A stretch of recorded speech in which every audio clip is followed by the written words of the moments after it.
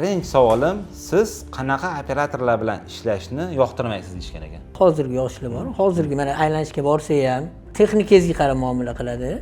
Yoki masalan o'sha borganingizda ham operatorsiz chaqirsa borsam bir xillarni taniyman, bir xillarni tanimayman.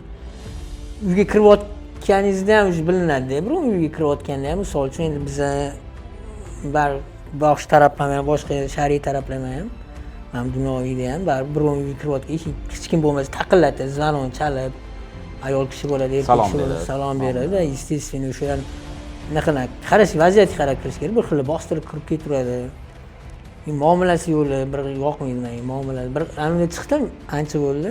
Otini bilmayman, ikkita bola bilan chiqdim. Otini esa shart emas. To'yda aka, nimaga bolalarimiz unaqa dedim. Kech-kecha gapirmaydi, gaplashmaydi, maslahatlashmaydi. Nima qilamiz sen indamayapti desam, bu shunaqa jim yuradigan operatorlar deydi. Jim yursa, uyda yursin jim dedim. Bu ishdamiz, men uni lichin narsasini so'ramayman. Mashina so'rayapman, qaysi mashina ekan?